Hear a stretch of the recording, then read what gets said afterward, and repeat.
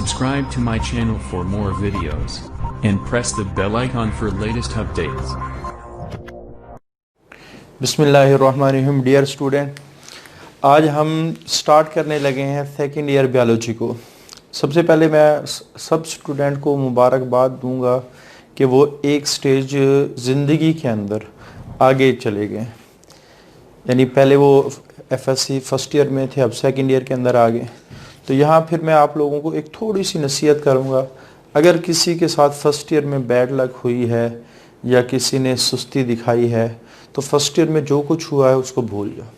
उसके बाद second year के ऊपर फोकस करो, क्योंकि सेकंड ईयर के अंदर भी अगर स्टूडेंट थोड़ा सा सीरियस हो जाएं, पढ़ाई को सीरियस लें, तो सेकंड ईयर में अगर सपोज फर्स्ट ईयर के अंदर अच्छे नंबर नहीं आते, वैसे अगर आपका फर्स्ट ईयर के पेपर अच्छे हुए हैं तो इसका मतलब ये है सेकंड ईयर में आपको ज़्यादा मेहनत करनी पड़ेगी, क्योंकि सेकंड ईयर का ड्यूरेशन होता है थोड़ा छोटा, फर्स्ट ईयर का ड्यूरेशन होता है थोड़ा सा लंबा, यानी वो लेंथी ड्यूरेशन होता है। तो सेकंड ईयर में मेहनत थोड़ी सी ज़्यादा चाहिए होती है, उसके बाद और सीरियसनेस भी थोड़ी सी ज़्यादा चाहिए होती है। तो फर्स्ट ईयर में चाहे आपके पेपर अच्छे हुए या ना हुए तो आपने उसको भूल जाना है, अपने सेकंड ईयर के ऊपर आपने फोकस रखना है। उसके बाद क्योंकि सेकंड ईयर में अगर आपके नंबर अच्छे आ जाते हैं और फर्स्ट ईयर में आपके नंबर अच्छे नहीं आते तो आपके पास एक चांस और होता है इम्प्रूव करने का। इम्प्रूव करके आप लोग अच्छे नंबर लेके मेडिकल कॉलेज में एडमिशन ले सकते हैं। तो सेकंड ईयर का सिलेबस अगर देखा जाए ये फर्स्ट ईयर के सिलेबस से थोड़ा सा छोटा है, यानी इसमें चैप्टर 13 चैप्टर हैं, 13 चैप्टर हैं, उसमें 14 चैप्टर थे, लेकिन ये है थोड़ा सा कॉन्सेप्चुअल। जो सेकंड ईयर है ये आपकी इजी है अगर समझ में आ जाए, अगर समझ में नहीं आते तो ये फर्स्ट ईयर से भी मुश्किल हो जाती। फर्स्ट ईयर में ज़्यादातर चीज़ें थी जो मेमोराइजेशन से ताल्लुक़ रखती थी, इंसान की यादाश्त से ताल्लुक़ रखती थी, काफ़ी सारे करैक्टर हम डिस्कस करते थे। लेकिन सेकंड ईयर में इस तरह की चीज़ें कम है, यहाँ थोड़ी समझने वाली चीज़ें ज़्यादा हैं। तो इसी के साथ आज हम अपना पहला लेक्चर सेकंड ईयर की बुक से स्टार्ट करते हैं, बल्कि पहला चैप्टर स्टार्ट करते हैं, चैप्टर नंबर 15। बेसिकली 14 चैप्टर्स हम फर्स्ट ईयर में पढ़ चुके हैं, अब उसी की कंटिन्यूटी है, यानी 15 चैप्टर हमने स्टार्ट करना है एफएससी का। तो उसका टाइटल है होम्योस्टेसिस। तो होम्योस्टेसिस बेसिकली है क्या? होम्यो का मतलब होता है सेम, स्टेटिक का मतलब होता है स्टेटिक से निकला है, यानी अगर किसी ऑर्गेनिज्म के अंदर एक जैसी इंटरनल इन्वायरमेंट मेंटेन रहे तो वो क्या कहलाता है? होम्योस्टेसिस कहलाता है।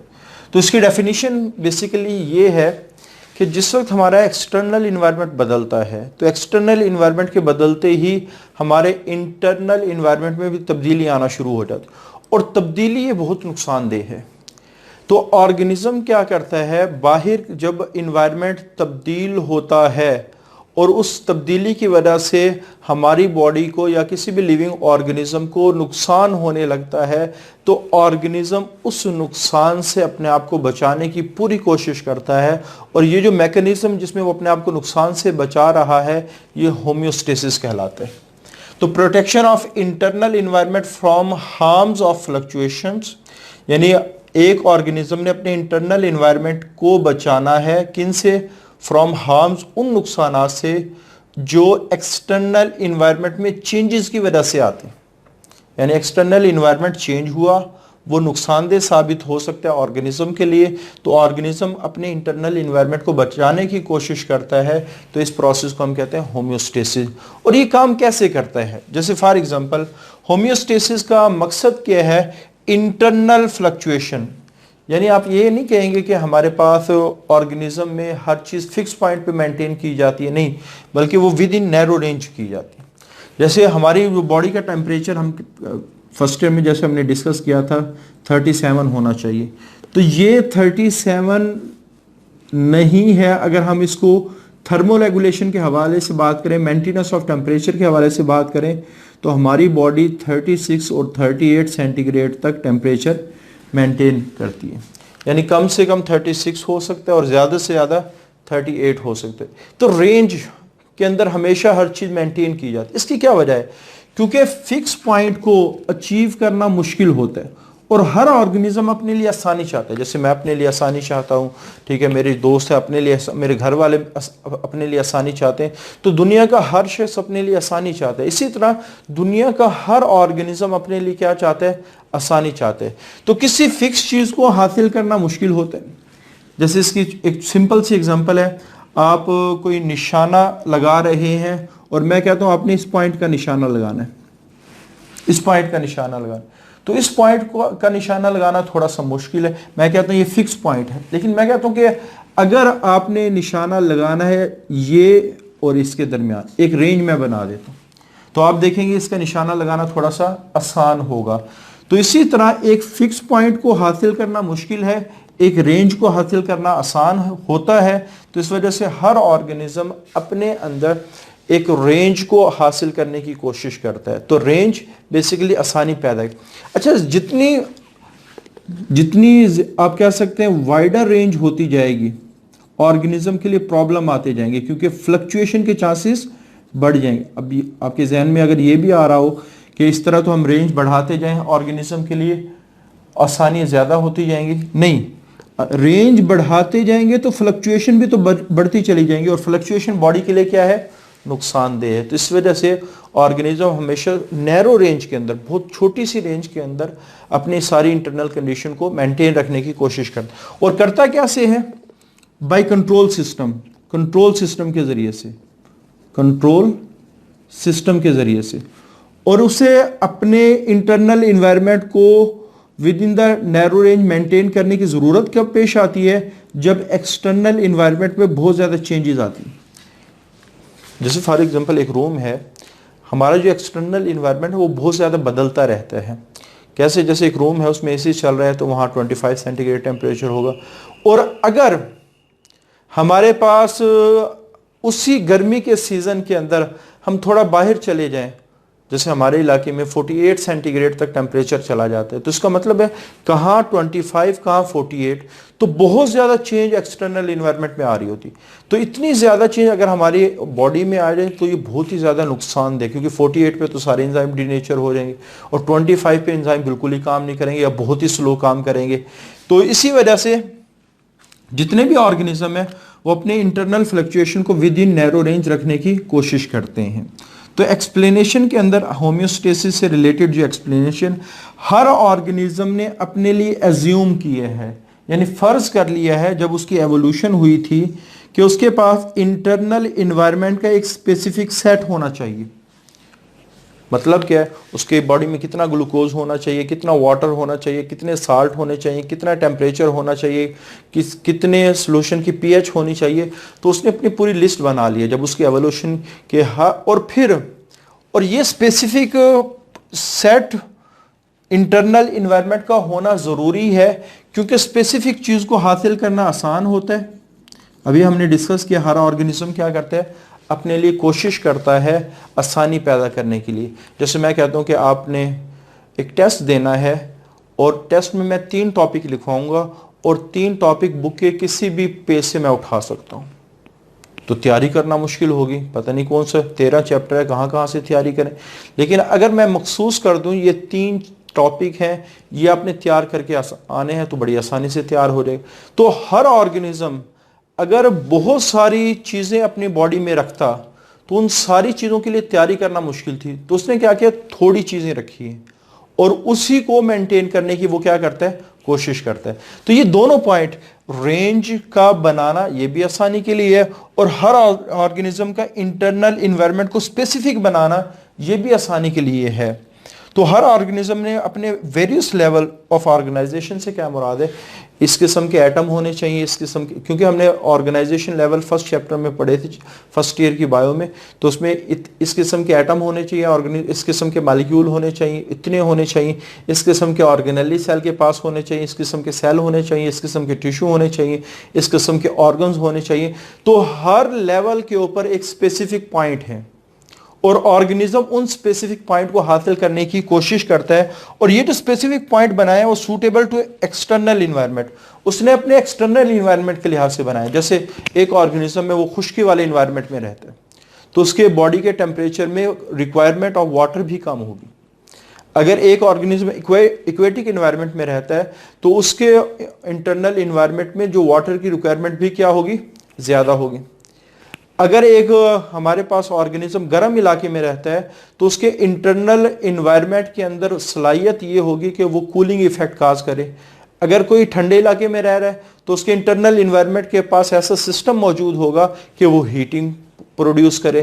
तो बहरहाल हर ऑर्गेनिज्म ने अपने एक्सटर्नल एनवायरनमेंट के लिहाज से अपना इंटरनल एनवायरनमेंट सेट किया है और वो अपने इस इंटरनल एनवायरनमेंट को हमेशा मेंटेन करने की कोशिश करता है। और उसका ये जो इंटरनल एनवायरनमेंट है ये वेरियस लेवल पर मेंटेन होता है। वेरियस लेवल से क्या मुराद है, atoms, molecules, organelle, cell, tissue, organ system, individual. तो ये सारे के सारे मुख्तलिफ लेवल्स हैं। उसके बाद हम बात करते हैं एक्सटर्नल एनवायरनमेंट और इसके जो कंपोनेंट हैं वो हमेशा कंटिन्यूसली चेंज हो रहे होते हैं। कभी सर्दी है, कभी गर्मी है, तो हमेशा क्या हो रहा है, कंटिन्यूसली चेंज हो रहे होते हैं कंटिन्यूसली। लेकिन ऑर्गेनिज्म अपने इंटरनल एनवायरनमेंट को चेंज नहीं होने देता। ऑर्गेनिज्म क्या करता है, रेजिस्ट करता है। और करता कैसे है, by and manage this changes by making adjustment, और अपनी बॉडी को एडजस्ट करने की कोशिश करता है अकॉर्डिंग टू एक्सटर्नल कंडीशन। कैसे, जैसे फॉर एग्जांपल हमारे इन्वायरमेंट में ठंड पड़ती है, सपोज बहुत ज़्यादा कोल्डनेस यानी सर्दी पड़ना शुरू हो गई। अब उस सर्दी पड़ने को ऑर्गेनिज्म नहीं रोकेगा, बल्कि इंटरनल जो इन्वायरमेंट है उसके अंदर टेम्परेचर को कम होने को रोक, और वो क्या करेगा, अपनी बॉडी में एडजस्टमेंट करेगा। यानी एडजस्टमेंट कैसे होती है कि कोई हीटिंग सिस्टम एक्टिवेट कर देगा तो उस टेम्परेचर को एडजस्ट करने की कोशिश करेगा अपनी रेंज के अंदर। ठीक है, तो हमेशा जितने भी ऑर्गेनिज्म हैं, जब भी इन्वायरमेंट चेंज होता है तो उस ऑर्गेनिज्म क्या करता है, उस चेंज को रेजिस्ट करता है, और ये सारी की सारी जो चेंजेस हैं उनको वो मैनेज करता है बाय मेकिंग एडजस्टमेंट, और अपने दोबारा रेंज को दोबारा एडजस्ट करने की कोशिश करता है टू कीप। और इससे फायदा क्या होगा कि इसका जो इंटरनल इन्वायरमेंट है, जो उसके अंदर के इन्वायरमेंट है, वो हमेशा नैरो रेंज में रहेगा। और जब उसकी हर चीज़ नैरो रेंज में रहती है, दस protect organism from harms of fluctuation, तो तब्दीली के जो नुकसानात पेश आने थे उससे ऑर्गेनिज्म बच जाएगा। जैसे टेम्परेचर ज़्यादा अगर हो गया तो बॉडी के सारे एंजाइम क्या हो जाएंगे, डिनेचर हो जाएंगे। तो इस वजह से ऑर्गेनिज्म क्या करते हैं, टेम्परेचर को हमेशा मेंटेन रखने की कोशिश करते हैं। उसके बाद होम्योस्टेसिस की वजह से बाद दफ़ा एवोल्यूशन का प्रोसेस भी हो जाते। तो इसकी बड़ी सिंपल सी एग्जांपल ये है, जैसे फॉर एग्जांपल एक ऑर्गेनिज्म है, इसका होम्योस्टेसिस क्या कहता है कि इसने टेम्परेचर को 37 सेंटीग्रेड पर मेंटेन रखना है सपोज, और ये जिस इन्वायरमेंट में रहता है उसमें गर्मी पड़ती है, यानी हॉटनेस, हॉट इन्वायरमेंट में रहता है। तो इसका मतलब ये हुआ कि इसकी बॉडी का टेम्परेचर इस इन्वायरमेंट में हमेशा ज़्यादा होने की कोशिश करेगा। तो इसके पास ऐसा सिस्टम होगा जो उस बढ़े हुए टेम्परेचर को कम करने की कोशिश करेगा। ठीक है, ये इसकी यूजुअल रूटीन है। तो होम्योस्टेसिस हर एक की सेंट्रल रिक्वायरमेंट है, हर पॉइंट को अपने नॉर्मल रेंज के अंदर मेंटेन करना, ये होम्योस्टेसिस है। और इसी की वजह से ऑर्गेनिज्म जिंदा रहता है। अगर 37 से टेम्परेचर ज़्यादा होना शुरू हो जाए, 40-45 प्लस तक हो जाए, तो सारे एंजाइम क्या हो जाएंगे, डिनेचर हो जाएंगे। ठीक हो गया। लेकिन बाय चांस ये एक ऐसे इन्वायरमेंट में चला गया जहां ठंड ज़्यादा है, सर्दी ज़्यादा पड़ती, तो इसने अपने बॉडी का टेम्परेचर क्या करना है, मेंटेन करना है। तो यहां इसके पास था कूलिंग सिस्टम, कूलिंग सिस्टम। अब अगर आप सोचें क्या ये कूलिंग सिस्टम इसमें काम करेगा, नहीं करेगा। तो इसका मतलब क्या हुआ कि अगर इसने, अब इसकी बॉडी का टेम्परेचर क्या होने लगेगा, कम होने लगेगा। अगर इसने अपने इस बॉडी के टेम्परेचर को 37 सेंटीग्रेड रखना है तो इसे एक नया सिस्टम बनाना पड़ेगा। तो होम्योस्टेसिस हर ऑर्गेनिज्म की ख्वाहिश है कि वो अपनी बॉडी के अंदर होम्योस्टेसिस को मेंटेन रखे। तो इसी ख्वाहिश की वजह से हर ऑर्गेनिज्म कोशिश करता है जब इन्वायरमेंट बदलता है कि वो अपने अंदर चेंजेस लेके आए। यानी homeostasis is the central requirement for maintenance of organism which compels, और इसी यही ख्वाहिश ऑर्गेनिज्म को कंपेल मजबूर करती है द एडॉप्टेशन, वो चेंज लेके आए। कैसे चेंज? जैसे हमारे पास यहाँ कूलिंग सिस्टम सही काम कर रहा था, अब यहाँ कूलिंग सिस्टम काम नहीं कर रहा, अब इसके पास ऐसा सिस्टम डेवलप होना चाहिए जो इसको हीट अप करेगा। अब जब हम कहते हैं ना कि इसको हीट अप करेगा, तो इसका मतलब है हीट करने वाला सिस्टम इससे डिफरेंट होगा। तो जब ये ऐसे स्ट्रक्चर बनाएगा जिससे बॉडी हीट अप होगी, तो बाद दफ़ा ये इतना ज़्यादा चेंज हो जाता है कि हम कहते हैं ये नई स्पीशी बन गई। यानी जिस वक्त वो नए इन्वायरमेंट में जाएगा, उसके अकॉर्डिंग अपने बॉडी के अंदर स्ट्रक्चर डेवलप करेगा, चीज़ें डेवलप करेगा, अपने अंदर चेंजेस लेके आएगा। बाद दफ़ा चेंजेस इतनी ज़्यादा हो जाती है, हम कहते हैं कि नई स्पीशी बन गई। तो ये स्पीशी क्यों बनी? क्योंकि उसने अपने होम्योस्टेसिस को मेंटेन रखना था। यहाँ होम्योस्टेसिस की डिफरेंट रिक्वायरमेंट है, डिफरेंट स्ट्रक्चर थे, डिफरेंट फंक्शन थे। यहाँ होम्योस्टेसिस की डिफरेंट रिक्वायरमेंट है, डिफरेंट स्ट्रक्चर है, डिफरेंट फंक्शन है। तो इस वजह से जब भी हमारे पास ऑर्गेनिज्म की नए इन्वायरमेंट में जाता है, कॉन्टिन्यूसली चेंजिंग कंडीशन में जाता है, तो ये चेंजेस उसको मजबूर करते हैं वो अपने अंदर भी चेंज लेके आए, और बाद दफ़ा चेंजेस इतनी ज़्यादा हो जाती हैं कि वो एवोल्यूशन का प्रोसेस हो जाता है। उसके बाद होम्योस्टेसिस के कंपोनेंट, यानी होम्योस्टेसिस में हम यूजुअली किन किन चीज़ों को मेंटेन करने की कोशिश करते हैं। सबसे ज़्यादा ऑर्गेनिज्म में जो चीज़ बदलने के चांसेस होते हैं, ससेप्टिबल, यानी जो चीज़ सबसे ज़्यादा हसास है, जो चेंज हो सकती है, जो बदल सकती है, that changes with fluctuation in external environment. जब एक्सटर्नल इन्वायरमेंट में तब्दीली आती है, वो तीन चीज़ें हैं, टेम्परेचर, साल्ट और वाटर। तो जो ही हमारी बॉडी इन्वायरमेंट में टेम्परेचर चेंज होता है, हमारी बॉडी का टेम्परेचर चेंज होने, वाटर की अवेलेबिलिटी चेंज होती है, वाटर की अवेलेबिलिटी बॉडी के अंदर भी चेंज होती है, साल्ट की अवेलेबिलिटी चेंज होती है, बॉडी के अंदर भी चेंज होने की कोशिश करती है। तो ऑर्गेनिज्म क्या करता है, जब अगर हम कहें कि ऑर्गेनिज्म ने होम्योस्टेसिस मेंटेन करना है, तो टेम्परेचर भी मेंटेन होना चाहिए, साल्ट और वाटर को भी मेंटेन होना चाहिए। तो वो प्रोसेस जो टेम्परेचर को मेंटेन करेगा वो थर्मोरेगुलेशन कहलाता है। तो थर्मोरेगुलेशन को डिफाइन हम कैसे करेंगे? Maintenance of temperature with in tolerable range, यानी इतनी रेंज के अंदर टेम्परेचर लेकर आना कि ऑर्गेनिज्म उसको बर्दाश्त कर सके। उससे कम हो फिर भी बर्दाश्त ना हो, तो उससे ज़्यादा हो फिर भी बर्दाश्त ना हो। तो जैसे ह्यूमन बॉडी में 36 और 38 है। अच्छा, बाद दफ़ा हमारी बॉडी में जो फूड गया है, वो जब उसका मेटाबॉलिज्म होता है, उससे काफ़ी सारी टॉक्सिक चीज़ें भी प्रोड्यूस होती हैं। ज़्यादातर जो नाइट्रोजीनियस वेस्ट है, जिसमें नाइट्रोजन है, जैसे अमाइनो एसिड है, यूरिया है, यूरिक एसिड है, ये बॉडी के लिए बहुत ज़्यादा ख़तरनाक हैं। अगर वो बॉडी के अंदर रहे तब भी होम्योस्टेसिस मेंटेन नहीं रहता। तो इस वजह से हर ऑर्गेनिज्म क्या करता है कि उसके पास एक ऐसा मैकेनिज्म मौजूद होता है जो वेस्ट को बाहर निकाल रहा हो, और ये मैकेनिज्म किस पे डिपेंड करते हैं? अवेलेबिलिटी ऑफ वाटर पे। तो इस मैकेनिज्म को, जिसमें रिमूवल ऑफ मेटाबॉलिक वेस्ट, जिसमें वेस्ट को रिमूव किया जाता है, पार्टिकुलरली खास तौर पे नाइट्रोजीनियस वेस्ट को, इस कॉल्ड एक्सक्रीशन, इसको एक्सक्रीशन कहा जाता है। तो होम्योस्टेसिस के ये तीन बड़े कंपोनेंट हैं, टेम्परेचर को मेंटेन करना, ऑस्मोरेगुलेशन और वेस्ट चीज़ों को बाहर निकालना, ये तीन बड़े कंपोनेंट हैं। तो ये आज का हमारा होम्योस्टेसिस से रिलेटेड इंट्रोडक्टरी लेक्चर है। इसमें जो सबसे चीज़ इंपॉर्टेंट है वो दो शॉर्ट क्वेश्चन है इन सारी जो सबसे ज़्यादा पूछे जाते हैं। एक होम्योस्टेसिस की डेफिनेशन और इसकी इम्पॉर्टेंस, और दूसरा होम्योस्टेसिस की वजह से एवोल्यूशन होती है कैसे, यानी होम्योस्टेसिस का एवोल्यूशन जस्टिफाइड, इसको जस्टिफाई आपने करना है। और बाज़ दफ़ा इन तीनों की डेफिनेशन पूछ ली जाती है, थर्मोरेगुलेशन, ऑस्मोरेगुलेशन और एक्सक्रीशन। तो ये आज का हमारा टॉपिक है। हमने इसी तरह सेकेंड ईयर के लेक्चर बनाने शुरू किए हैं, और उम्मीद है बस आप लोगों से दुआओं की दरख्वास्त है। अल्लाह ताला हमारा ये जो कदम हमने उठाया है, जिसमें स्टूडेंट की, मेरी तरफ से तो पूरी कोशिश होगी कि मैं स्टूडेंट की ज़्यादा से ज़्यादा हेल्प आउट करूं अपने लेक्चर्स के अंदर, और उनके जितने भी कॉन्सेप्ट हैं उस लेक्चर से रिलेटेड वो हम क्लियर करते चले जाएं।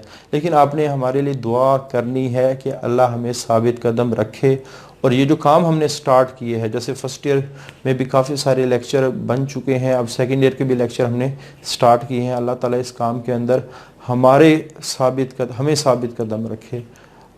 अभी के लिए इतना ही। अल्लाह हाफिज़। Subscribe to my channel for more videos and press the bell icon for latest updates.